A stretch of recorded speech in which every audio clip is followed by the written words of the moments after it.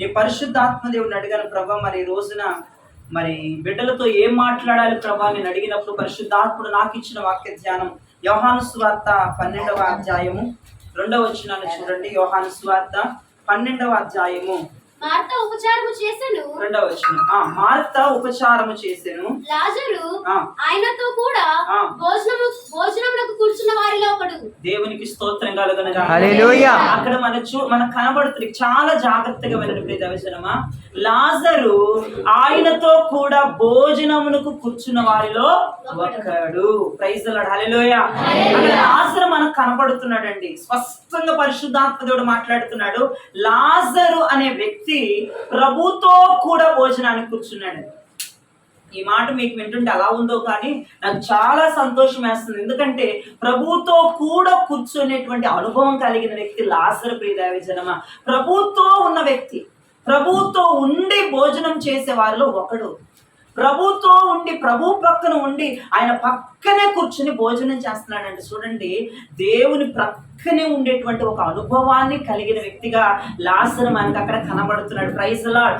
లాజరు యొక్క జీవితం ఎలా మనకు కనబడుతుందంటే దేవునితో ఉన్నట్లుగా, దేవుని పక్కగా ఉన్నట్లుగా, భోజనం చేసేటప్పుడు దేవునితో కూర్చుని అక్కడ ఉన్నట్లుగా వాక్యం క్లియర్ గా సెలవిస్తుంది. అంటే లాజరు యొక్క ఆధ్యాత్మిక జీవితం అనగా ఆత్మీయ జీవితం ఎంత గొప్పగా మనకి ఆ వచనంలో కనబడుతుందో మీరు జ్ఞాపకం చేసుకోండి. ఇంకా లాజరు గురించి మీకు ఒక 2 మాటలు చూపిస్తా చూడండి.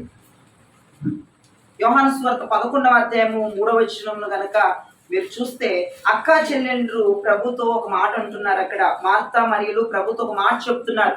అతని అక్క చెల్లెండ్రు ప్రభువా ఇదిగో నీవు ప్రేమించువాడు ఎవడు వాడంటే, ఇద్దరు అక్కా చెల్లెలు మార్తా మరియు ఇద్దరు కూడా, లాజరు అక్కా చెల్లి ఇద్దరు కూడా ప్రభు దగ్గరికి వెళ్ళి అంటాడు, ప్రభువా నీవు ప్రేమించువాడు. అక్కడ చూడండి, మనం ఫస్ట్ ఏం చూసాం, ప్రభుతో కూడా కూర్చొని భోజనం చేసే లాజరుని చూసాం. ఇక్కడ మనకి వచ్చేటప్పటికి కూడా ప్రభువే లాజరుని ప్రేమిస్తున్నట్లుగా అక్కడ వాక్యం సెలవిస్తుంది. ఇద్దరు అక్కా చెల్లెళ్ళు, లాజరు యొక్క అక్క, లాజరు యొక్క చెల్లి ప్రభు దగ్గరికి వెళ్ళి అంటారు, ప్రభా నీవు ప్రేమించువాడు, నీవు ప్రేమించువాడు. చూడండి, దేవుడు అంట లాజరుని చాలా బాగా ప్రేమిస్తాడంట. లాజరు కూడా ప్రభు పక్కనే కూర్చుని భోజనం చేస్తాడంట. ప్రభువుని విడిచి ఎక్కడికి వెళ్ళాడట. ప్రభు ఎక్కడుంటే అక్కడ ఉంటాడంట. ప్రభు ఎక్కడుంటే అక్కడ కూర్చుంటాడంట. ప్రభు ఎక్కడ నిలబడితే అక్కడ నిలబడతాడంట. అంతేకాదు, ప్రభు కూడా లాజరు అంటే చచ్చాంత ప్రాణం అంట. లాజర్ని చాలా బాగా ప్రేమిస్తాడంట. లాజర్ అంటే చాలా అపరిమితమైన ప్రేమ కలిగి ఉంటారంట ప్రభు. దేవునికి స్తోత్రం. లాజరు గురించి ఇంకొక మాట చూపిస్తా చూడండి. యోహాను సువార్త 11వ అధ్యాయం 11వ వచనాన్ని చూడండి. మన స్నేహితుడైన దగ్గర నుంచి మన స్నేహితుడైన లాజరు నిద్రించుచున్నాడు. ఆయన చూడండి ప్రియ దైవజనం, యేసు ప్రభువే స్వయంగా శిష్యులతో అంటున్నారు, మన స్నేహితుడైన లాజరు. చూడండి, లాజరు గురించి ఎన్ని గొప్ప విషయాలు ప్రభు నీతో చెప్తున్నారు ఈ రాత్రి.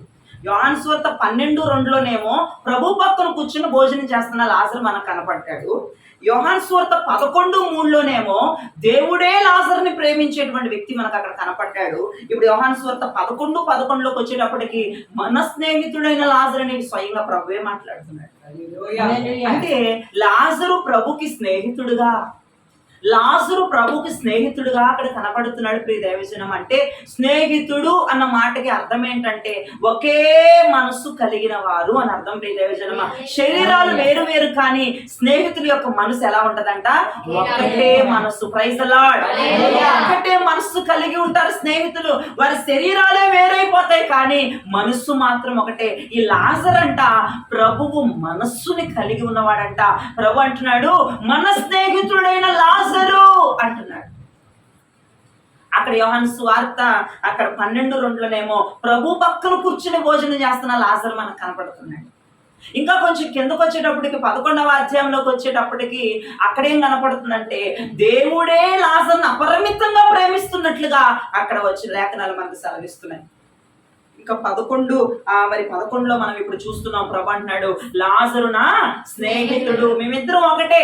మా శరీరాలు వేరు కావచ్చు, మా మనస్సు ఒకటే, మా ఆలోచన ఒకటే అని ఇంత గొప్పగా ఇంత ఘనంగా లాజరు కనపడుతున్నాడండి. ఆత్మీయ భక్తులు ఎంతగా ఉన్న వ్యక్తో, ఆత్మీయంగా దేవుణ్ణి కలుసుకున్న వ్యక్తి, దేవుని పక్కన ఉన్న వ్యక్తి, దేవుని చేత ప్రేమించబడుతున్న వ్యక్తి. అంతేకాదు దేవుడు నోట నుండి లాజరు నా స్నేహితుడు అని ఒప్పుకున్నాడు ప్రభువే. అక్కడ లాజరు నా స్నేహితుడు, నా స్నేహితుడు. చూడండి, శరీరాలు రెండు వేరు వేరు, ప్రభు శరీరం వేరు, లాజరు శరీరం వేరు, కానీ ఒకే మనస్సు కలిగి వారు అడుగులు వేశారు. అలాంటి లాజరు ఏమైందండి? లాజరు పరిస్థితి అండి నేను ఇప్పుడు మీకు చూపిస్తున్నా చూడండి. ఇప్పుడు నేను ఏ లాజరు గురించి చెప్పానో అదే లాజరు గురించి మళ్ళా నేను మీకు వివరిస్తున్నాను. ఒక్కసారి చూడండి, యోహాను సువార్త 11వ అధ్యాయం 44వ వచనాన్ని చదవండి. చనిపోయిన వాడు కాళ్ళు చేతులు ప్రేత వస్త్రములతో కట్టబడిన వాడు. నా వైపు చూడండి, ఎవరు చనిపోయారు? ఎవరు చేతులు కాళ్ళకి ప్రేత వస్త్రాలు కట్టబడి ఉన్నాయంటే లాజరుకి. మీరు వింటుంది వాస్తవమే, మీరు వింటుంది నిజమే. లాజరు ఒకానొక దినమున యేసుతో కూడా ఉండి భోజనం చేస్తున్నాడు. యేసు పక్కనే ఉన్నాడు లాజరు. లాజరుని యేసు ప్రభువు అపరిమితంగా ప్రేమించేసినట్లుగా లేఖనాలు చెప్తున్నాయి. అంతేకాదు, అసలు లాజరు దేవునికి మధ్య ఉన్న రిలేషన్ ఏంటంటే స్నేహితులు. అంత దగ్గర వాళ్ళు, అంతగా వాళ్ళ రిలేషన్ కానీ, వాళ్ళ మాట కానీ, వాళ్ళ మనసు కానీ, వాళ్ళ నడవడిక కానీ ఒకేలాగా ఉంటది. ఇప్పుడు అలాంటోడు ఏమైపోయాడంటే చచ్చిపోయాడు. చాలా జాగ్రత్తగా వినండి. చనిపోయిన వాడే కాళ్ళు చేతులకి శరీరం అంతా ప్రేత వస్త్రములు కట్టబడ్డాయి. ప్రైజ్ లార్డ్ చెప్పండి. ఇంకా మీరు ఆ లాజరు గురించి తెలుసుకుని 38వ వచనాన్ని ఒకసారి చదవండి. యేసు మరలా తనలో మూలుగుచు సమాధి యొద్దకు వచ్చెను. అది ఒక గుహ, దాని మీద ఒక రాయి పెట్టి ఉండెను. నా వైపు చూడండి. లాజరు గురించి ఒక 4 మాటలు చెప్తున్నాను. లాజరు చనిపోయాడు. లాజరు చేతులు కాళ్ళకి ప్రేత వస్త్రాలు కట్టేస్తున్నాయి. అంతేకాదు, లాజరు ఎక్కడున్నాడు? సమాధిలో ఉన్నాడు. ఆ సమాధికి ఏమైపడింది? ఒక పెద్ద రాయి ఆ సమాధిలో నుంచి లాజరు ఎవరికి కనపడకుండా దొర్లించబడింది. ఇక్కడేమో లాజరు ప్రభు పక్కన కూర్చుని భోజనం చేస్తున్నాడు. అసలు ప్రభువే లాజరును అపరిమితంగా ప్రేమిస్తున్నాడు. అంతేకాదు, ప్రభువుకి లాజరు ఏమవుతాడంటే స్నేహితుడు. అటువంటి వ్యక్తి చనిపోయాడు. అటువంటి వ్యక్తికి ప్రేత వస్త్రాలు కట్టబడ్డాయి. అటువంటి వ్యక్తి సమాధిలో ఉన్నాడు. అటువంటి వ్యక్తి ఎవరికి కనపడకుండా ఒక రాయి ఆ వ్యక్తి కనపడకుండా సమాధికి దొర్లించబడింది. నేను నిజంగా ఈ లేఖనాలు పరిశుద్ధాత్మ నాకు చెప్తున్నప్పుడు నేను చాలా ఆశ్చర్యపోయాను. అదేంటి ప్రభా, నీతో పాటు కూర్చుని భోజనం చేస్తున్నాడు, చనిపోవటం ఏంటి? మనం అనుకుంటాం కదండి, అరే నిన్నే కదా నాకు కనపడింది, అరే నిన్నే నన్ను పలకరించాడు, అరే నిన్నే నాకు బాయ్ చెప్పాడు, నిన్నే నన్ను చూసి నవ్వాడు, అరే ఏంటి ఇలా అయిపోయింది అంటాం. అలానే నేనంటాను, అసలు దేవుని పక్కన కూర్చుని భోజనం చేసే లాజరు సమాధిలో ఉండటం ఏంటి? చనిపోవటం ఏంటి? ప్రేత వస్త్రాలు కప్పబడి ఉండటం ఏంటి? ఆ సమాధికి రాయి దొర్లించబడి ఉండటం ఏంటి? అరే నిన్నే కదా ప్రభు పక్కన కూర్చుని భోజనం చేసింది.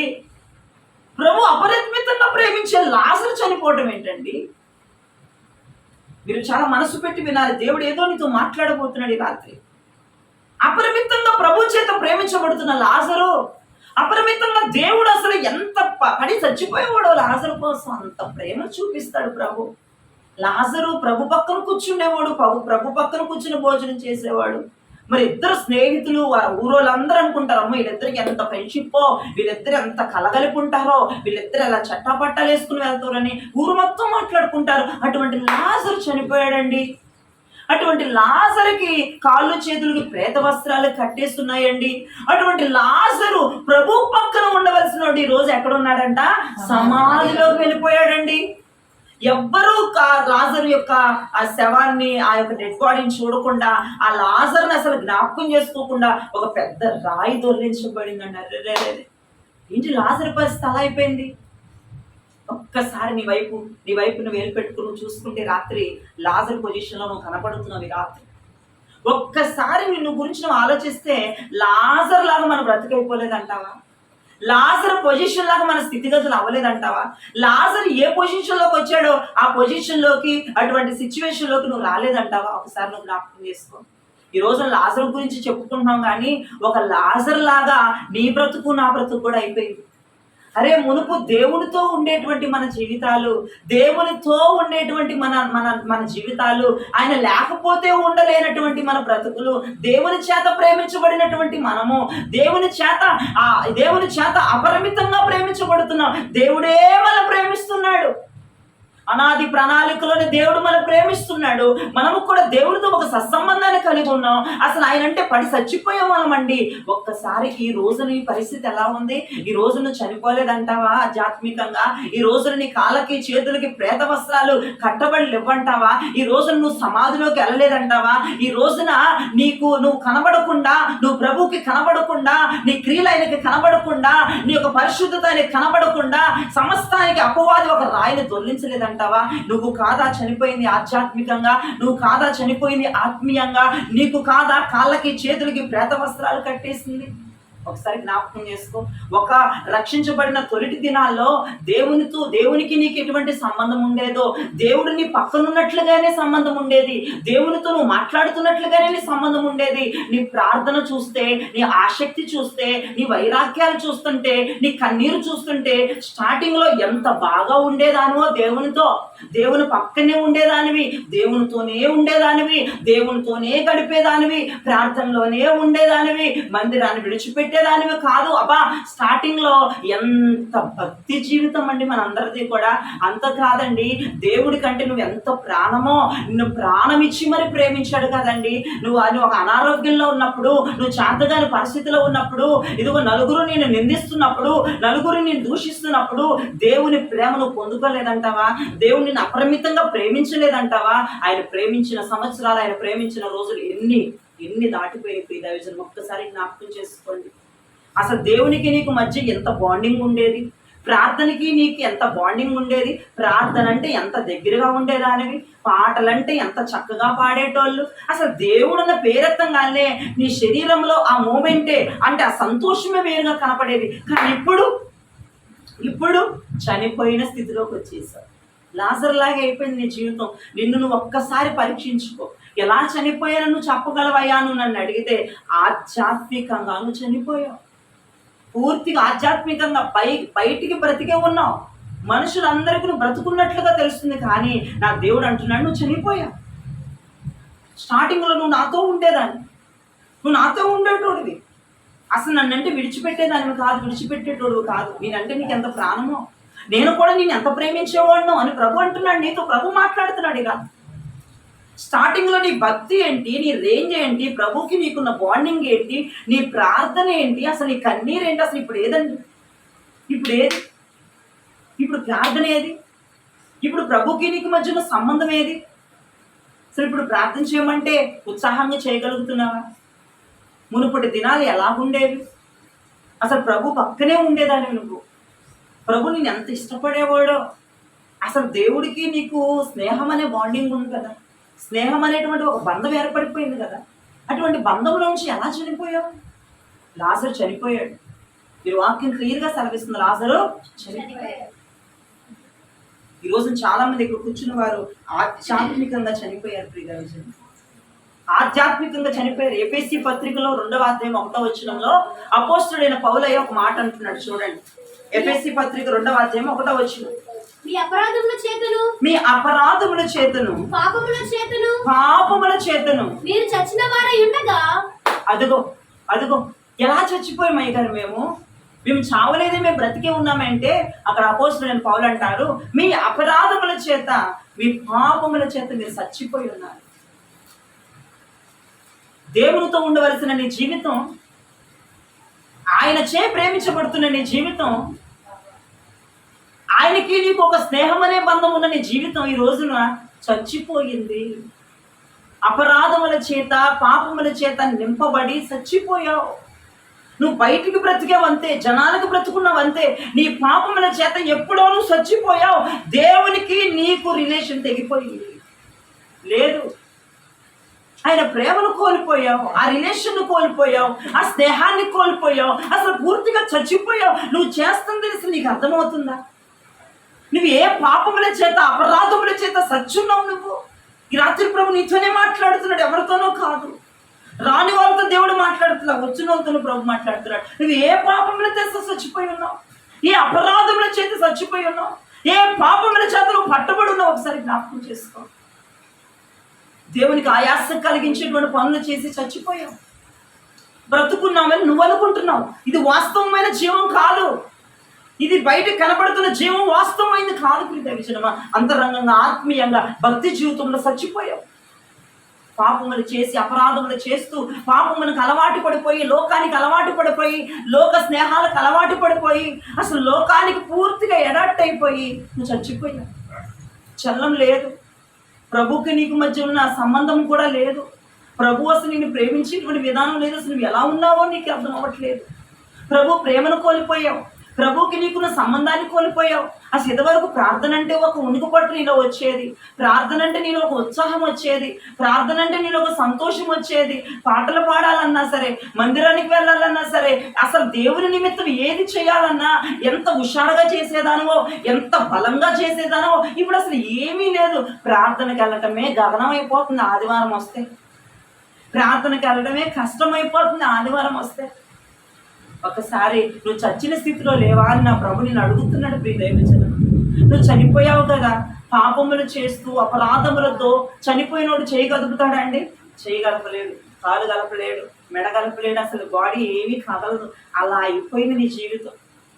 యేసయ్య పేరెత్తితే నీ శరీరంలో ఒక ఉనికి పొట్టు లేదు, ఒక సంతోషం లేదు, ఒక ఆనందం లేదు. ప్రార్థన అంటే, మందిరం అంటే, ఉపవాసము అంటే, మరి ఆల్నైట్ ప్రేయర్లు అంటే అసలు ఇవి దేనికి కూడా నువ్వు చలించట్లేదు. దేనికి కూడా నువ్వు పని చేయట్లేదు. అసలు దేవుని విషయాల్లో నువ్వు ఎక్కువగా ఉత్సాహాన్ని చూపించట్లేదంటే నువ్వు చనిపోయావు. నువ్వు చనిపోయావు. ఒక చనిపోయినవాడే దేనికి పని చేయడు. దేవుని విషయాల్లో వెనకడిగేసేస్తాడు. ప్రార్థన విషయంలో వెనకడిగేసేస్తాడు. ప్రార్థన చేయడు, వెనకడిగేసేస్తాడు. ప్రార్థనకి వెళ్ళడు, వెనకడిగేసేస్తాడు. ప్రార్థన చేయమంటే ఏదో ఒక సాగు చెప్తా ఉంటాడు, వెనకడిగేసేస్తాడు. ఈ రోజు వెనకడిగేసేస్తున్నావేమో, దేవుని విషయాలు ఏమీ చేయకుండా ఆపేస్తున్నావేమో, దేవునికి మహిమ కలిగేటువంటి విషయాలు ఆయనకు వెళ్ళనివ్వకుండా నువ్వు ఆపేసుకున్నావేమో, నువ్వు వెనకడిగేసుకున్నావేమో. నువ్వు చనిపోయావు. చనిపోయిన వాడే దేవుని కార్యాలు చేయలేడు. చనిపోయిన వాడే మందిరాలకు వెళ్ళలేడు. చనిపోయిన వాడే ప్రార్థన చేయలేడు. చనిపోయిన వాడే ఉపవాసాలు ఉండలేడు. చనిపోయిన వాడే ఆయన స్తుతించలేడు. చనిపోయిన వాడు ఏమీ చేయలేడు. నువ్వు చనిపోయావు. ఆ అపోస్తలుడైన పౌలు అంటున్నాడు, మీ పాపముల చేత, మీ అపరాధముల చేత మీరు చచ్చి ఉన్నారు, మీరు చనిపోయారు. ఆలోచించండి ఒక్కసారి, ఎంతమంది ఈ రోజున చనిపోయిన స్థితిలో ఉన్నారు. అక్కడ లాజరు చనిపోయాడు. దేవునితో ఉన్న సంబంధం ఏమైంది? లాజరు నిన్నే కదా లాజరు ప్రభుతో కనపడ్డావు. ఈ రోజు ఏమైపోయిందిరా నీకు? ఈ రోజు ఏంటి నువ్వు చనిపోయిన స్థితిలో ఉన్నావు? ఎందుకు అంటే నువ్వు చెప్పాలి, నా పాపములు, నా అపరాధములు, నేను దేవునికి చాలా ఆయాసం పుట్టిస్తున్నాను, అపవాదితో కలిసిపోయాను. ఇక వాడు ఏదంటే అదనమాట. వాడు ఆడమంటే ఆడతాం, పాడమంటే పాడతాం, ఎగరమంటే ఎగురుతాం. వాడు ఏది చెప్తే అది. వాడు ప్రార్థన వద్దంటే ప్రార్థన వద్దు, ప్రార్థన మానేయమంటే ప్రార్థన మానేస్తున్నాం. అంటే నువ్వు చనిపోయిన స్థితిలో ఉండి ఎంత భయంకరమైనటువంటి పాపపు ఊబిలో, ఎంత భయంకరమైన అపవాది యొక్క ఉచ్చులో చిక్కుకుపోయి నువ్వు కొట్టుకులాడుతున్నావు. ఒక్కసారి జ్ఞాపకం చేసుకో. అక్కడ లాజరు చనిపోయినట్లుగానే నువ్వు కూడా ఈ రోజు చనిపోయిన స్థితిలో ఉన్నావు. నువ్వు కూడా ఈ రోజున దేవుని కార్యాలు ఏమి చెయ్యలేని నిస్సహాయ స్థితిలో ఉన్నావు. ప్రార్థన చెయ్యలేని నిస్సహాయ స్థితిలో ఉన్నాం. అసలు మందిరానికి వెళ్ళటమే గగనమైపోతుంది కదండి. వాక్యం వినటమే గగనమైపోతుంది కదండి. అసలు వాక్యాన్ని చెయ్యటమే గగనమైపోతుంది కదండి. అసలు దేవుని పనులు ఏమీ చేయట్లేదు కదండి. దేవుని కోసం ఒక్క కార్యమైనా చేయలేకపోతున్నావు. నువ్వు చనిపోయావు. ఎవరికి వాళ్ళు చెక్ చేసుకోండి. నువ్వు బ్రతుకుంటే నువ్వు దేవుని పనులు చేస్తావు.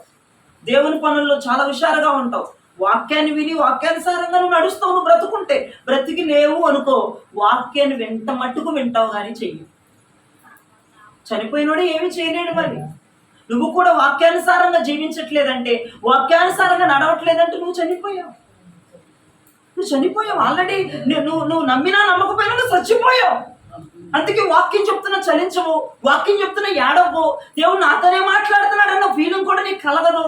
ఏదో వింటావు, ఏదో వెళ్ళిపోతావు, చర్చిలోకి వెళ్తావు, నువ్వు మొక్కలు వింటావు, ప్రార్థన చేయించుకుంటూ వెళ్ళిపోతావు. నీకు అయ్యగారు గద్దించినా నువ్వు తీసుకోవు. నువ్వు తప్పు చేస్తున్నావన్నా నీకు నీకు నీకు ఇక పట్టదు. ఎందుకంటే చనిపోయినోడు చెవులోకి వెళ్ళి ఎన్ని ఊదినా వాడు ఎక్కడండి, వాడు కదలడండి. వాడి మీద ఉమ్మేసినా వాడు కదలడండి, వాడిని చెప్పులతో కొట్టినా కదలడండి. చచ్చిపోయినోడి దగ్గరికి ఎన్ని చేసిన వాడు ఏమీ ఒలపలో పడకడు. ఈ రోజున నీ పరిస్థితి అలా ఉంది. వాక్యం అయ్యగారు ఒకవైపు చెప్తూనే ఉన్నారు, అమ్మా మారండి మారండి మారండి మారండి, ఇక ఎంతసేపు మారండి అని ఆయన చెప్పడం, నువ్వు మారకుండా అదే పాపంలో ఉండటం, అదే లోకంలో ఉండటం, అదే వ్యసనాల్లో ఉండటం, అదే మైండ్ సెట్ లో ఉండటం, అదే పాపంలో ఉండటం, అదే ఆలోచనలో ఉండటం. అంటే చూడు, దైవజనుడు చెబుతున్న వర్తమానం కూడా నువ్వు వినలేని పరిస్థితి, అంటే నువ్వు చనిపోయిన పరిస్థితిలో ఉన్నావని ఈ రాత్రి నా ప్రభు నీకు మొక్కమే చెప్తున్నాడు, నిర్మోహమాటం లేకుండా.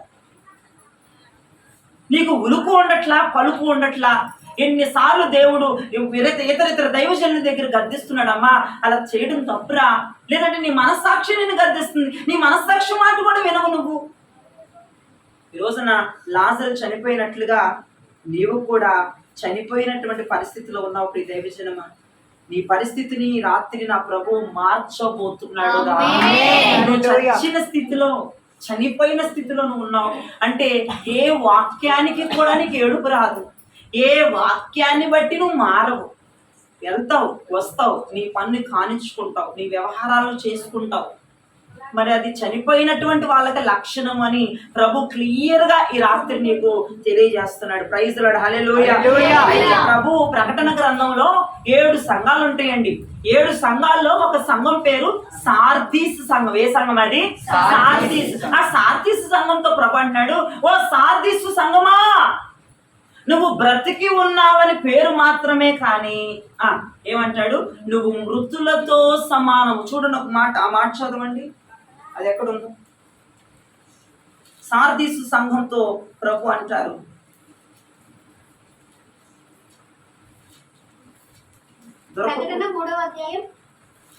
ప్రకటన గ్రంథం 3వ అధ్యాయము 1వ వచనమంట. సార్దీసులో ఉన్న సంఘపు దూతకు ఇలాగు వ్రాయుము, సార్దీసులో ఉన్న సంఘపు దూతకు ఇలాగు వ్రాయుము, 7 నక్షత్రములను 7 నక్షత్రాలను దేవుడు 7 ఆత్మములు గలవాడు చెప్పు సంగతులు ఏమనగా, నీ క్రియలను నేను ఎరుగుదును. ఏమనగా, జీవించుచున్నావన్న పేరు మాత్రం ఉన్నది గాని నీవు మృతుడవే. అదిగో చూడండి, ఒరే బాబు నువ్వు బ్రతుకున్నావు గాని రా బాబు, నువ్వు చచ్చిపోయిన వాడితో సమానం రా.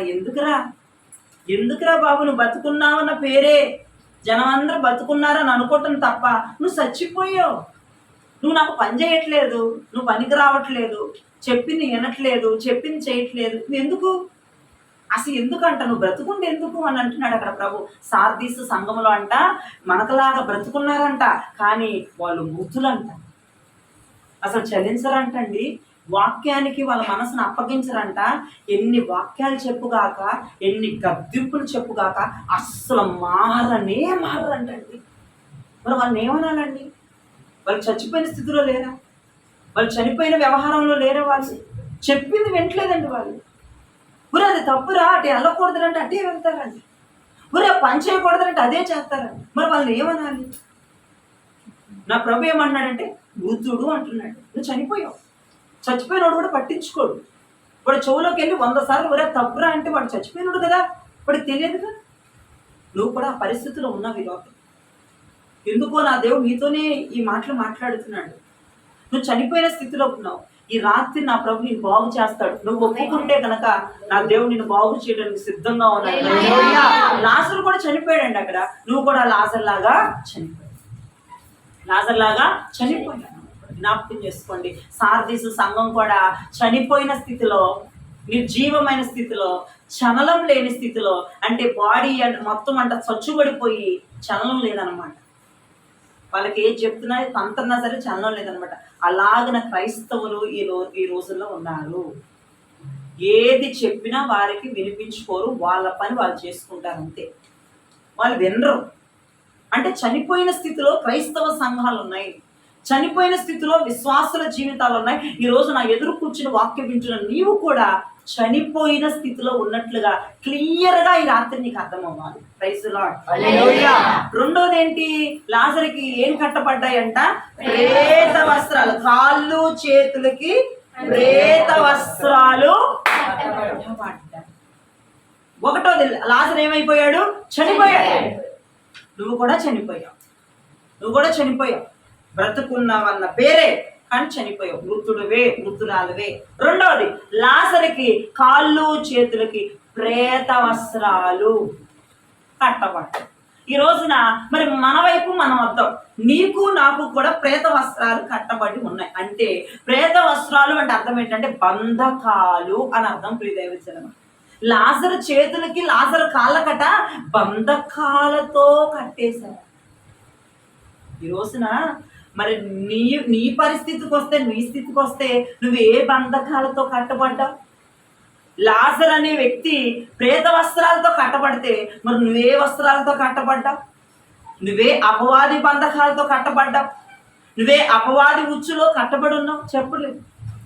నువ్వు దేంతో కట్టబడి ఉన్నావు? నీ చేతుల్ని కాళ్ళు అపవాది దేంతో కట్టేశాడు? మద్యంతో కట్టేశాడా? లోక ఆచారాలతో కట్టేశాడా? సాంప్రదాయాలనే బంధకాల్లో ఉన్నావా? నువ్వు ఏ బంధకాల్లో ఉన్నావు? లోక స్నేహం అనే బంధకాల్లో ఉన్నావా? ఆ బంధకాల నుంచి రాలేకపోతున్నావా? ఏ బంధకాల్లో ఉన్నావు ఈ రాత్రి? అసలు ఏ బంధకాల్లోకి వెళ్ళిపోయావు? ఏ బంధకాలు నీ కాలు చేతులు కట్టేసాయి? ఏ బంధకాలు నేను కదలనివ్వకుండా కట్టేసి పెట్టాయి? ఏ లోకములో సచ్చావు? ఏ లోకమైన బంధకాలను కట్టేసేయండి. ఏ వ్యసనాలని బంధకాలని కట్టేసేయండి. ఏ జూదమనే బంధకాలు, ఏ అక్రమమనే బంధకాలను కట్టేసాయి. ఆలోచించు. లాజర్ని పేద వస్త్రాలు కట్టేసినట్లుగా నేను ఏ వస్త్రాల చేత కట్టబడ్డావు?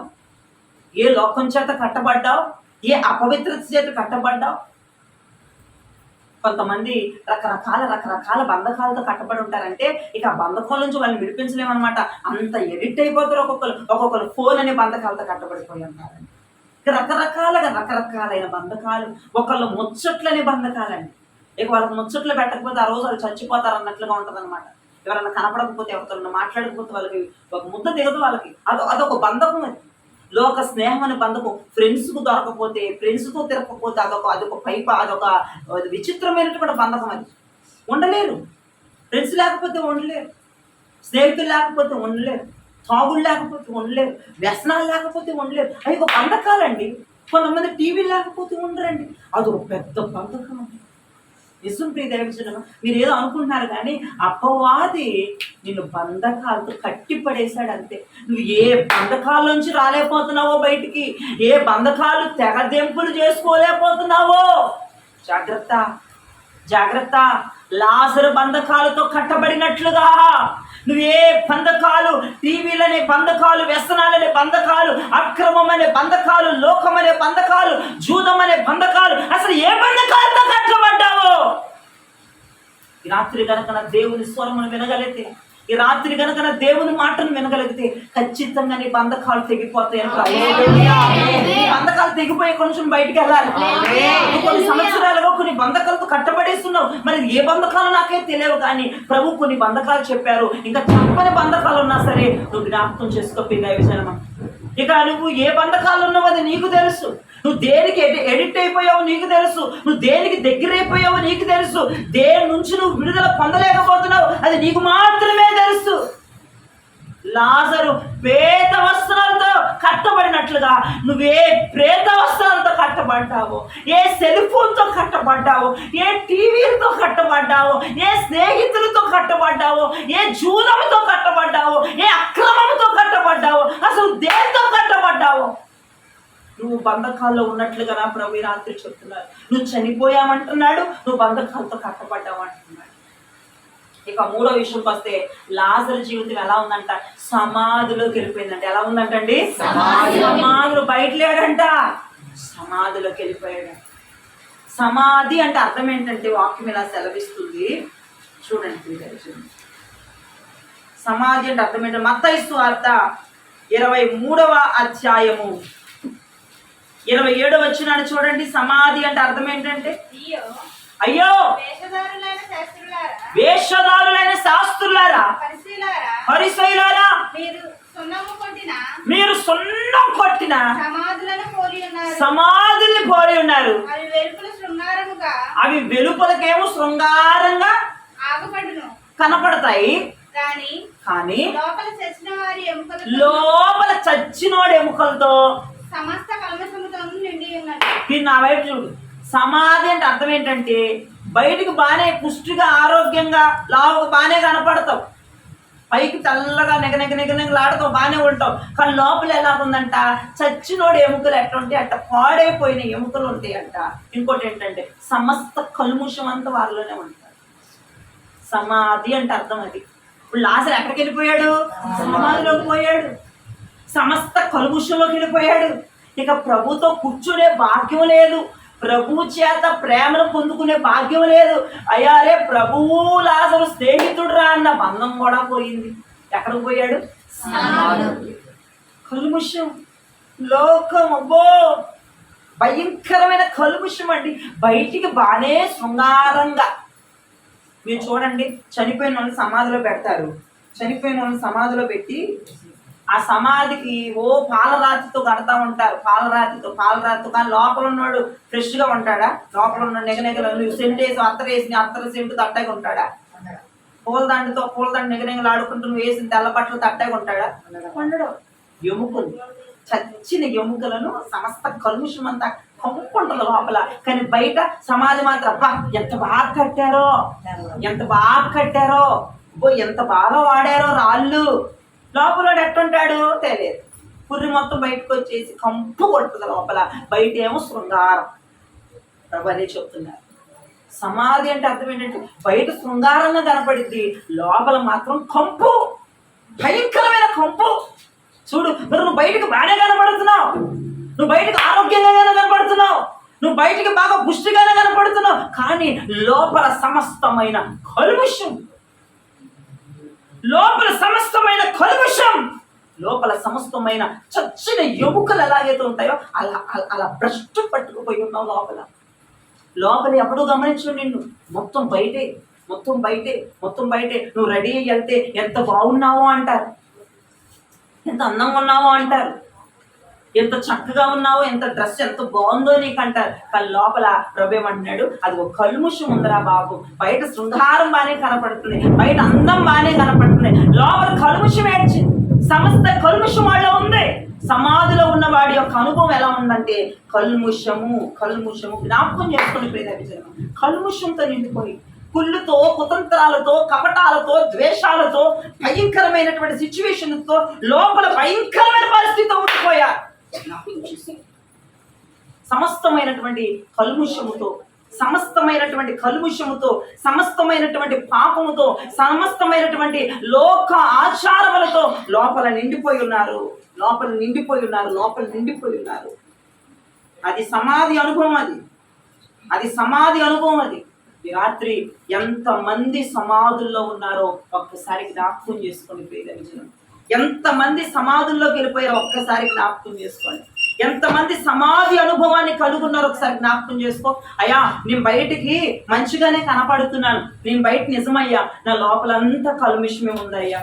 నేను బయటికి చాలా మంచిదానిలాగా, మంచోళ్ళలాగా కనపడుతున్నానయ్యా. నా లోపల సిచ్యువేషన్ ఎవ్వరికీ తెలియదయ్యా, నా లోపల విధానం ఎప్పటికీ తెలియదయ్యా, కానీ నా లోపలంతా కల్ముషమేనయ్యా. అది సమాధి అనుభవం. నువ్వు సమాధిలోనికి వెళ్ళిపోయావు. లాజరు సమాధిలోనికి వెళ్ళినట్లుగా నువ్వు కూడా సమాధిలోకి వెళ్ళిపోయావు. జ్ఞాపకం చేసుకో. సమస్త కల్ముషంలోనికి వెళ్ళిపోయావు. లోపలంతా వేషధారణ, లోపలంతా భక్తి వైఫల్యం కనపడుతుంది. పైకి మాత్రమే ఏదో ప్రార్థన చేసేదానిలాగా, ఏదో మందిరానికి వెళ్ళిపోయేవాళ్ళగా, ఏదో ఒక మంచి వ్యక్తిలాగా కనపడుతున్నావు. ఒక శృంగారముగా, ఒక అందముగా ఏదో కనపడుతున్నావు, కానీ లోపలంతా సమస్త కల్ముషమే, లోపలంతా అబద్ధమే, లోపలంతా అక్రమమే, లోపలంతా వేషధారణే, లోపలంతా నటనే. జ్ఞాపకం చేసుకో. అలా ఉంది లాజరు పరిస్థితి. ఒకానొక సమయంలో లాజరు ఎవరు? దేవునితో కూర్చొని భోజనం చేసేవాడు. ఒకానొక సమయంలో లాజరు ఎవరు? అసలు దేవుడు అపరిమితంగా ప్రేమించేసేవాడు లాజరుని. లాజరు నువ్వెంత ఇస్తావరా నాకు అనేవాడు ప్రభు. ఒకానొక సమయంలో లాజరు యేసు ప్రభు ఇద్దరు చట్టా పట్టాలు వేసుకొని, ఇద్దరు ఒక మంచి స్నేహితులు అనమాట, చట్టా పట్టాలు వేసుకుని తిరిగేవాడు. ఇప్పుడు లాజరు చచ్చిపోయాడండి. ఇప్పుడు లాజరుకి పేద వస్త్రాలు కట్టబడి ఉన్నాయి. ఇప్పుడు లాజరు సమాధిలో ఉన్నాడు, కల్ముషముతో ఉన్నాడు, సమస్త కల్ముషముతో ఉన్నాడు, ఒక వేషధారణతో ఉన్నాడు, ఒక భయంకరమైనటువంటి ఒక స్థితిలో లాజరు పరిస్థితి కనబడుతుంది ప్రియదైవజనమా.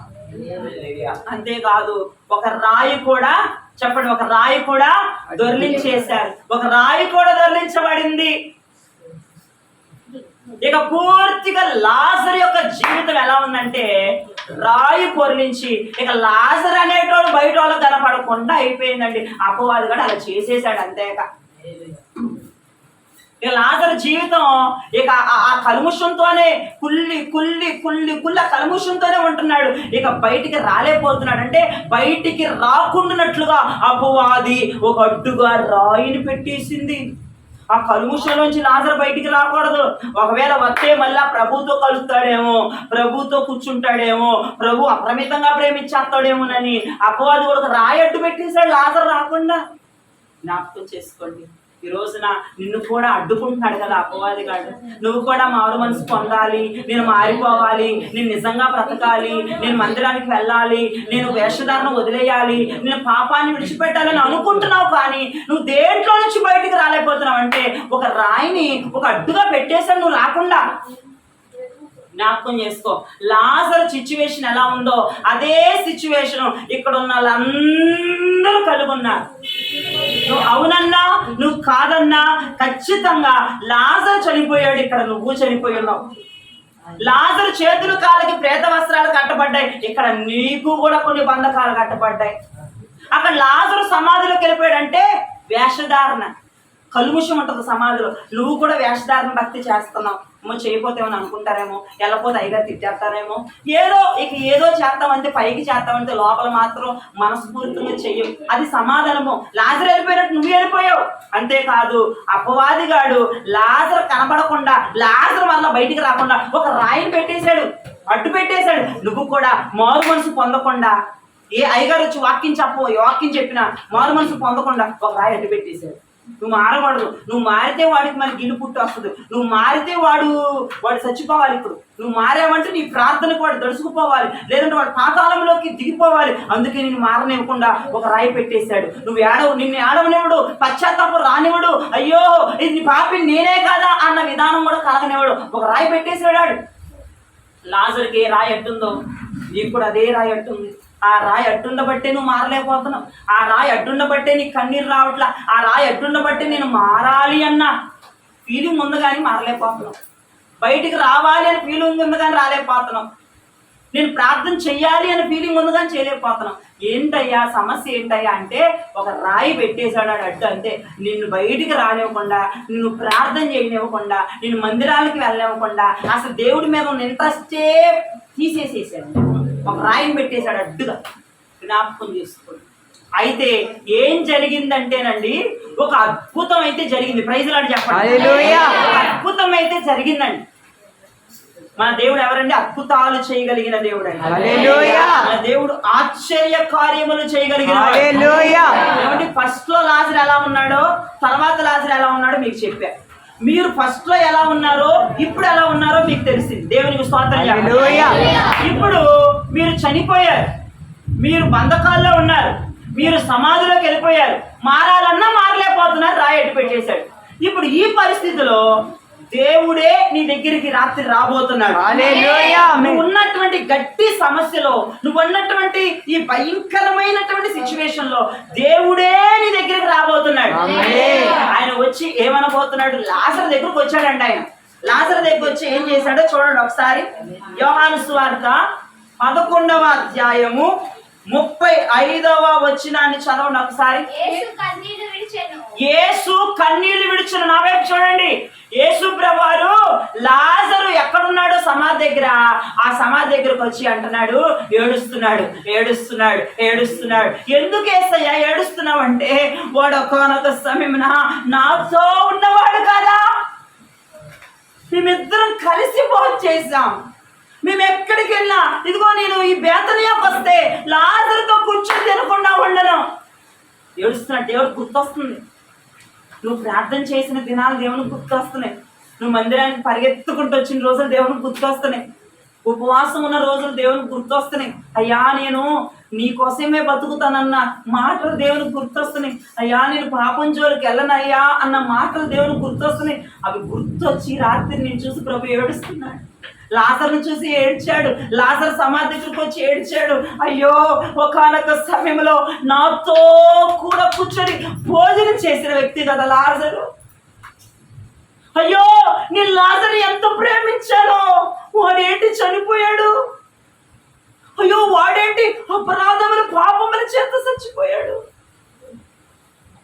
దేవుడు నిన్ను ప్రేమించలేదా? నీకు ఆహారం లేనప్పుడు నీ కడుపు నింపలేదా? నేను ఎంత ప్రేమగా చూశాడు. నీ బంధువులు నీ రక్త సందులు రానప్పుడు దేవుని ప్రేమను పొందుకోలేదంటావా? దేవుని సహాయం పొందుకోలేదా? నా దేవునికి అవన్నీ గుర్తొస్తుంది. ఈ రాత్రి నేను చూస్తుంటే, నీ పొజిషన్ చూస్తుంటే దేవునికి చాలా ఏడుపు వస్తుంది. అసలు నువ్వేనా? మొట్టమొదట్లో ఉన్న విధానం వేరు, ఇప్పుడు ఎక్కడికి వచ్చేసావు? అసలు నీకు నాకున్న రిలేషన్ ఏంటి అని దేవుడు అవన్నీ కూడా అసలు లాజరు సమాధి దగ్గరకు వచ్చి అవన్నీ గుర్తు తెచ్చుకుని ఏడుస్తూ ఉన్నాడు. పక్కన శిష్యులు అన్నారు, అయ్యా ఎందుకు ఏడుస్తున్నావు ఎందుకంటే శిష్యులతో ప్రభు అంటారు, ఏం చెప్పమంటావు? ఆ లోపల సమాధిలోకి వెళ్ళిపోయినాడు, చచ్చిపోయిన స్థితిలోకి వెళ్ళిపోయినాడు, ప్రేత వస్త్రాలు కట్టబడి ఉన్న బంధకాల్లో ఉన్నాడు. నాతో పాటు ఒకానొక రోజున ఉన్నవాడు, నా పక్కనే కూర్చొని నాతో కలిసి భోజనం చేసినాడు. వాడు ఎలా ఏడవకుండా ఉండమంటావు? నాతో కలిసి భోజనం చేసినాడు. వాడు ఆయన్ని ప్రేమించినట్టు ఎవరిని ప్రేమించలేదు, అంతగా ప్రేమించాను. నా ప్రాణాన్ని వాడి కోసం ఇచ్చేద్దాం అనుకున్నాను, అంతగా ప్రేమించాను. నా ప్రాణం కంటే ఎక్కువగా ప్రేమించాను వాడిని. ఎలా ఏడవకుండా ఉండమంటామని దేవుడు శిష్యులతో అన్నాడు. అంతేకాదు, వాడు నా స్నేహితుడు. మేమిద్దరం కలిసి ఎంత ఒకే మాట మీద ఉండేవాళ్ళమని దేవుడు శిష్యులతో చెప్తా ఏడుస్తున్నాడు. ఈ రోజున నిన్ను చూసి దేవుడు ఏడుస్తున్నాడు సహోదరి, నిన్ను చూసి దేవుడు ఏడుస్తున్నాడు సహోదరుడా. ఫస్ట్ లో నీ జీవితం ఏంటయ్యా? దేవునికి నీకున్న సత్సంబంధం ఏంటి? బాండింగ్ ఏంటి? ఆ ప్రేమ ఏంటి? ఆ స్నేహం ఏంటి? అసలు ఇప్పుడు ఏది? దేవుడు ఏడుస్తున్నాడు. లాజరును చూసి ఏడ్చినట్టుగా ఈ రాత్రి నిన్ను చూసి కూడా ఆ స్టార్టింగ్ లో అవన్నీ గుర్తు చేసుకుంటే దేవుడు ఏడుపేస్తుంది. భయంకరంగా దేవుడు ఏడుస్తున్నాడు. మరి నీకు తెలుసో తెలియట్లేదు, నాకు అర్థం అవ్వట్లేదు, కానీ రాత్రి మాత్రం ఎవరికి వారుగా మా శబ్దం చేయబాబు, ఎవరికి వారుగా మీరు ఒకవేళ ఊహించుకోగలిగితే ఊహించుకోండి. దేవుడు నిన్ను చూసి ఏడుస్తున్నాడు. ఏంటి? చనిపోయిన స్థితిలోకి వెళ్ళిపోయింది ఏంటి? ఆధ్యాత్మికంగా చనిపోయింది ఏంటి? అమ్మో, ఈ బంధకాల్లో ఉండడం ఏంటి? నా బిడ్డ ఈ బంధకాల్లో ఉండడం ఏంటి? అసలు మా ఇద్దరి మధ్య ఈ బాండింగ్ ఏది? మా ఇద్దరి మధ్య ఈ సంతోషం ఏది? నిన్ను బట్టి దేవుడు ఏడుస్తున్నాడు. ఎంత బాగా దుఃఖిస్తున్నాడు, ఎంత బాగా రోదన చేస్తున్నాడు. అయితే లాజరును చూసి ఏడుస్తూ ఒక మాట అన్నాడండి. ఆ మాట చదవండి. 43వ వచనాన్ని చదవండి. ఆయన ఇలాగు చెప్పి లాజరు బయటికి రమ్మని బిగ్గరగా చెప్పగా, అబ్బా యేసయ్యకు స్తోత్రం. లాజరు, నానా లాజర్, బయటికి రారా, నాతో కూర్చుని భోజనం చెప్తుందని రారా. నేను నిన్ను ప్రేమించకుండా ఉండలేకపోతున్నాను, రారా బయటికి లాజరు. మన ఇద్దరు స్నేహం ఏదిరా? రారా లాజరు, బయటికి రా. మన ఇద్దరు కలిసి పోల్చేద్దాం రా. చాలా సంవత్సరాలు అయిపోతుంది, మన ఇద్దరు సత్సంబంధంతో ఉండి చాలా సంవత్సరాలు అయిపోతుంది. నా ప్రేమ నీ మీద నుంచి తొలగిపోయి చాలా సంవత్సరాలు అయిపోతుంది. మన ఇద్దరు ఎడము కలిగిపోయింది, మన ఇద్దరు బాండింగ్ తెగిపోయింది, స్నేహము మట్టి కలిసిపోయింది. లాజరు బయటికి రా. ఆ చచ్చిపోయిన స్థితిలో నుంచి బయటికి రా.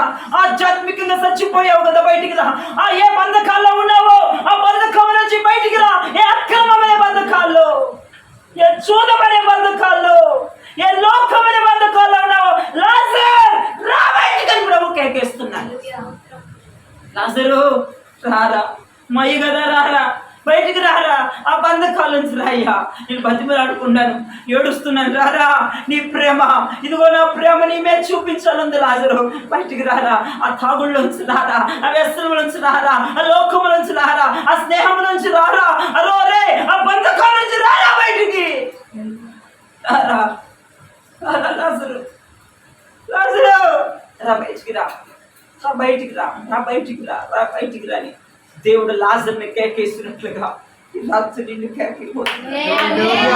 ఏ బంధకాల్లో ఉన్నావో నా దేవుడు నిన్ను పిలుస్తున్నాడు. బయటికి రా. నీది అసలు ఆ పొజిషన్ కదా, బయటికి.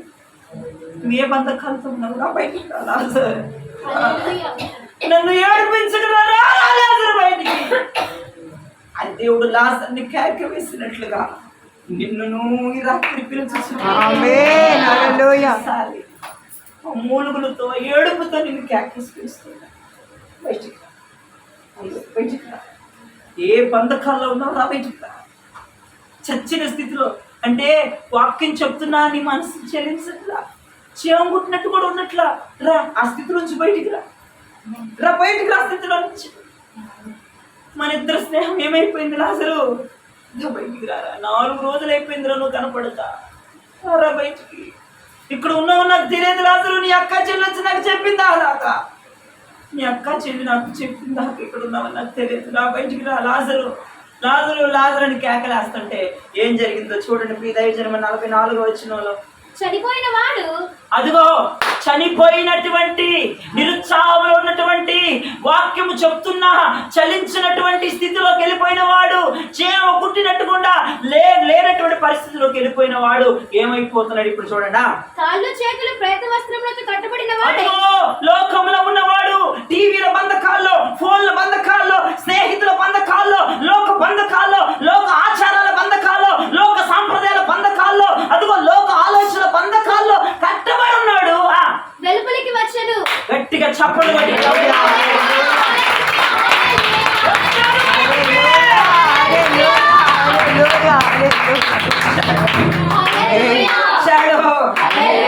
నా స్నేహితుడు పిలుస్తూ ఉన్నాడు. నా స్నేహితుడు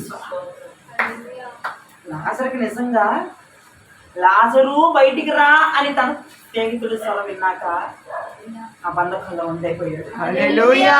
ఆ వ్యసనంలో ఉండలేకపోయాడు. హల్లెలూయా. ఆ లోకంలో ఉండలేకపోయాడు. ఆ స్నేహంతో ఉండలేకపోయాడు. ఆ దుష్టులతో సహవాసం చేయలేకపోయాడు. ఎందుకంటే విన్నాడు ఒక యజమానుని స్వరం, ఒక స్నేహితుని స్వరం. ఎక్కడికి పోతండి బంధం? ఎన్ని రోజులు, ఎన్ని సంవత్సరాల స్నేహం అండి వాళ్ళు. ఎప్పుడు ఆ ఊరు వెళ్ళినా సరే లాజర్ని కలవకుండా, లాజర్ పక్కన కూర్చొని తినకుండా ఉంటాడు ప్రభు. అంత పిచ్చి లాజర్ అండి ప్రభు.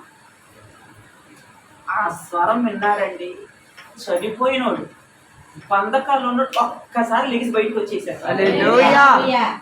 నువ్వు వస్తావా బయటకు? అలాగా దేన్నన్నా వదిలిపెట్టుకోడు. ఏ బంధకాలన్నా తెంపి వదిలి పడేసి నేను పిలిచాడు నా దేవుడి రాత్రి, పిలుచుచున్నాడు. నువ్వు చనిపోయిన స్థితిలో నుంచి బయటికి రావాలి. ఏ బంధకాలతో కట్టబడినో బయటకు వచ్చేయాలి. ఎందుకంటే నా ప్రభు స్వరం సూటిగా నేను కేకేస్తుంది రాత్రి. నీ పేరు పెట్టి లాజరు బయటికి రారా అని ప్రభు పిలిచినట్టుగా ఈ రాత్రి మిమ్మల్ని అందరినీ పిలుచుచున్నాడు.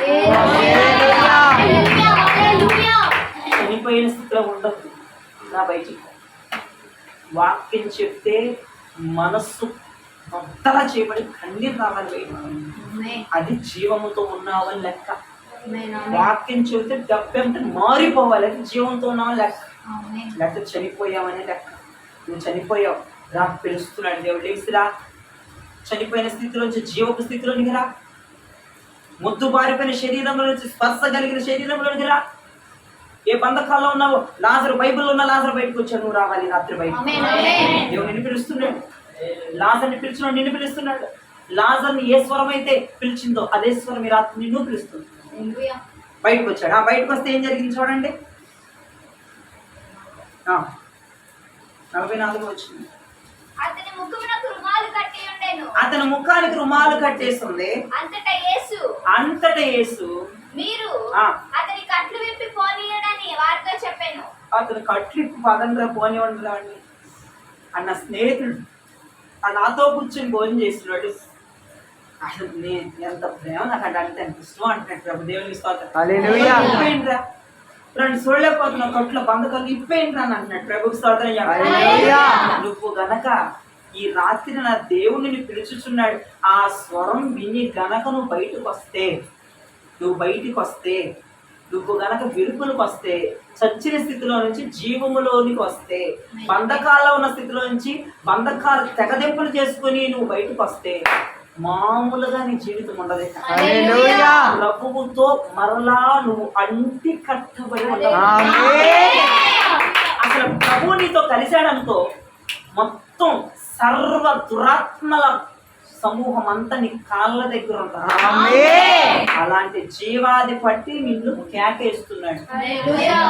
ఎవరు లాజర్ లాగా బయటకు వస్తారో వారి జీవితాలు వెలుగుమయమై ఉంటాయి. ఎవరు ఆయన స్వరం విన్నా రారో, అంటే ఎట్లాగా వచ్చి డైరెక్టర్ నేను పిలుస్తాడా యేసు ప్రభు, అమ్మ రామ్ అని పిలుస్తాడా? నేను ఇదిగో వాక్యం నీ వద్దకు వచ్చి నేను పిలుస్తుంది. రండి బంధకాల నుంచి బయటకు అంటుంది, రండి చచ్చిన స్థితి నుంచి బయటకు అంటుంది. రా ఇప్పుడు దేవుడిని కేకేసేసాడు. ఆల్రెడీ దేవుడిని కేకేసేసాడు రమ్మని.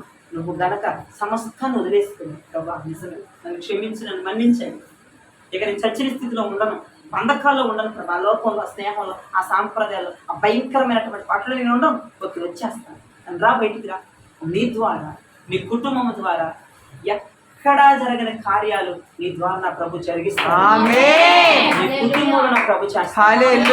చివరిగా ఒక వాక్యం చెప్పి నేను ముగించేస్తాను. చూడండి, యెషయా గ్రంథం 49వ అధ్యాయము 8వ వచనం. ఇక నేను ముగించేస్తున్నాను. యెషయా గ్రంథము 49వ అధ్యాయము యెహోవా ఇలాగ సెలవిచ్చుచున్నాడు. యెహోవా నీకు ఇలాగ సెలవిచ్చుచున్నాడు.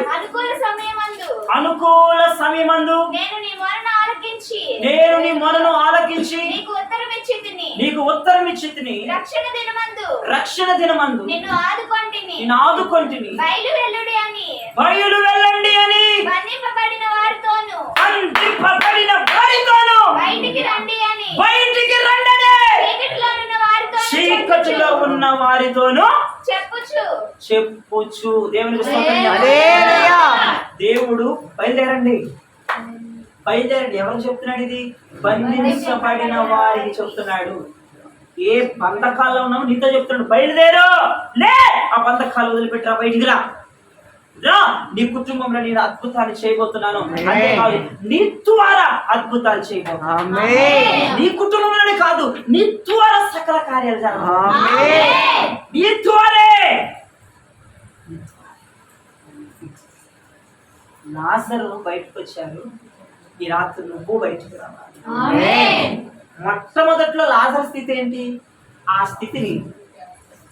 ఇప్పుడు లాజర్ స్థితి ఏంటి? ఆ స్థితి ఇప్పుడు నీది. లాజర్ బయటకు వచ్చేసి ఒక 10 నిమిషాలు అయిపోతుంది. లాజర్ బయటికి రా అని చెప్పిన ఓడు. మరి నువ్వు చాలా ఫాస్ట్గా బయటకు వచ్చేయాలి. ఏ ఆలోచనలలో ఉన్నావో ఆలోచనల నుంచి చాలా ఫాస్ట్గా బయటకు వచ్చేయాలి. దేవుడి పిలిచి ఇప్పటికే చాలాసేపు అయిపోయింది. బయటికి రా అన్న పిలుపు వచ్చి చాలాసేపు అయిపోయింది. నువ్వు గనక బయటకు వచ్చావంటే తల్లి, నీ యొక్క జీవితంలో జరగవలసిన కార్యాలు ఇంకా ఎవ్వడూ అనుభవించడు. అలాంటి కార్యాలు నువ్వు అనుభవిస్తావు. నువ్వు బయటకు వస్తే, నువ్వు బయటికి రాలేదా ఇక ఎవ్వరికి కనపడకుండా, అడ్రస్ లేకుండా నీ జీవితం ముగిసిపోతుంది. ఇక 2 మొక్కలు. నువ్వు బయటకు వచ్చావా, నీ జీవితం వెలిగిద్ది. ఆ వెలుగు 10 ఇళ్ల మీదకి వెళ్ళిపోతాయి. ఈ బత్తారం అనే ప్రాంతం మీదకి నువ్వు బయటకు వస్తే ఆ వెలుగంత ప్రాంతం మీదకి వెళ్ళిపోద్ది. నువ్వు రాలేదా, ఆ చీకట్లోనే ఉంటాను, ఆ తాగుళ్ళలోనే ఉంటాను, ఈ వ్యసనాల్లోనే ఉంటాను, ఈ పాపంలోనే ఉంటాను, ఈ జోదంలోనే ఉంటాను, ఈ అక్రమంలోనే ఉంటాను అంటావా? ఇక అది నిన్ను ఎక్కడికి తీసుకెళ్ళిపోద్దో, నీ స్థితి ఏమైపోద్దో ఇక ఎవ్వడూ చెప్పదు. అంత అధ్వాంతరంగా నీ స్థితి ముగిసిపోతే బాగుంటుందా? లేదు, ఈ రాత్రి బయటకు వచ్చేసి ఈ బత్తారం అంతా నీ వెలుగు ప్రకాశింపజేయడం బాగుంటుంది. ఒక్కసారి ఆలోచించుకో. నీ ద్వారా 10 మంది వెలుగులోనికి రాబోతున్నారు. నువ్వు ఒక్కదానివే కాదు, నీ కుటుంబమే కాదు, నీ వెలుగు 10 మంది మీద పడబోతుంది. నీ వెలుగు ప్రాంతం మీద పడబోతుంది. ఆశ్చర్యంగా దేవుడిని మార్చేయబోతున్నాడు. కనీవి ఎరగని అద్భుతం అండి నీ జీవితంలో. అసలు నువ్వు పుట్టి పెరిగిన దగ్గర నుంచి ఎప్పుడు అనుభవించలేదేమో అటువంటి మేలులు, అటువంటి ఆశీర్వాదం, అటువంటి దేవుడు జరిగిస్తా. అంతేకాదు, ఆయనతో కూడా ఉండే భాగ్యాన్ని నీకు ఇస్తాను. Praise the lord.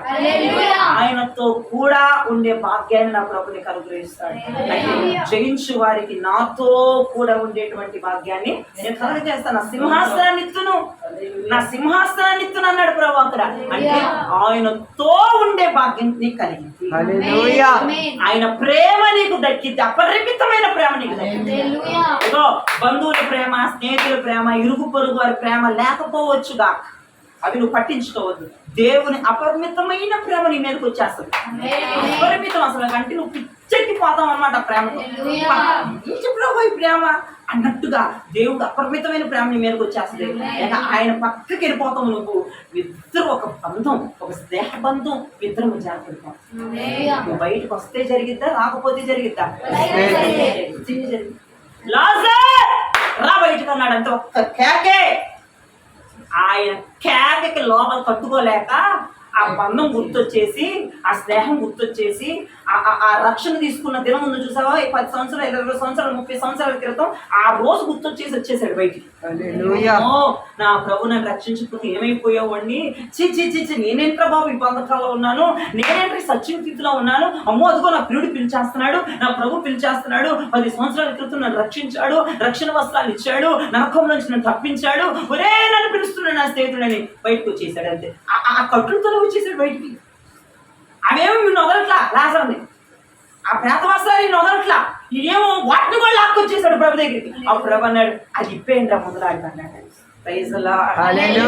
సరేండి, బంధకాలు ఒరే నువ్వు వెళ్ళొద్దురా అంటే లాజర్ని నువ్వేంటి చెప్పేదని ఆటిని కూడా లాక్కొచ్చేసాడు ప్రభు దగ్గరికి. ఆ ప్రేత వస్త్రాలతో వచ్చేసాడు బయట. ప్రభు అన్నాడు, బంధకమా నా స్నేహితుని వదలవా, ఇప్పంటారా బంధకాలు అన్నాడు. అది చెయ్యి రాత్రి నిన్ను బంధకం వెళ్ళొద్దంటది. ఆడు వచ్చి చెప్పేసి విజయవాడ వెళ్ళిపోతాడు కానీ నువ్వు మారబాగలే, ఆడంతే వాగుతాడు అంట దురాత్మ. ఆ దురాత్మతో పాటు వచ్చేసి ప్రభు దగ్గరికి దానిని బూడిద చేసేస్తాడు ఇక ప్రభు.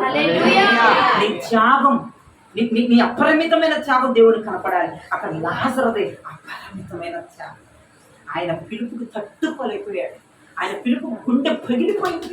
కొన్ని 4 రోజుల నుండి ప్రభువును చూడకుండా, ప్రభు పక్కన లేకుండా అల్లాడిపోయాడండి సమాధిలో. ఆ బంధకాల్లో ఉండిపోయాడు, చచ్చిన స్థితిలో ఉండిపోయాడు. ఆయన పిలుపు వినపడంగానే లాజరు హృదయం లెగిస్తూ వచ్చేసిందండి. లాజరు జీవం ఉలిక్కి పడింది అనమాట.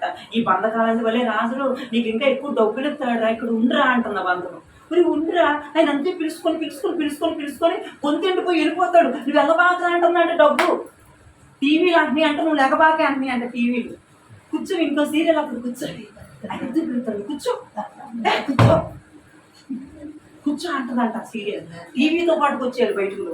ఇవేనే చెప్పేది. లాజరు అట్టకి వచ్చాడు, దేవుడికి లాజరు అట్టకి వచ్చాడు.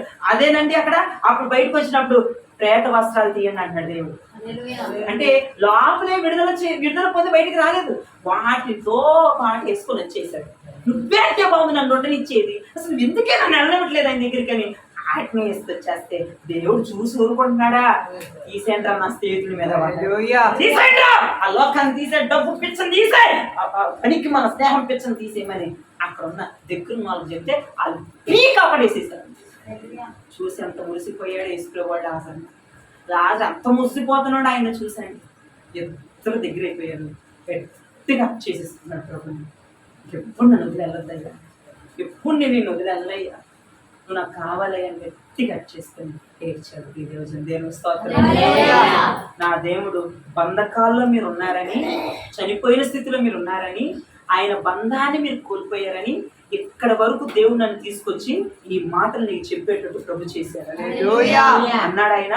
నేను నా బిడ్డను పిలుస్తాను, వాళ్ళు బయటికి రావాలి, నువ్వు వెళ్ళురా అని ప్రభు నన్ను పంపించారు. ఈ 4 ముక్కలు చెప్పడానికి నేను ఇక్కడ వరకు వచ్చాను. ఎంతో మందికి అర్థమైంది. దేవునికి స్తోత్రం. ఈ వాక్యాన్ని ప్రభు దీవించి మీ వినికిడిలో ఆశీర్వదించునుగాక.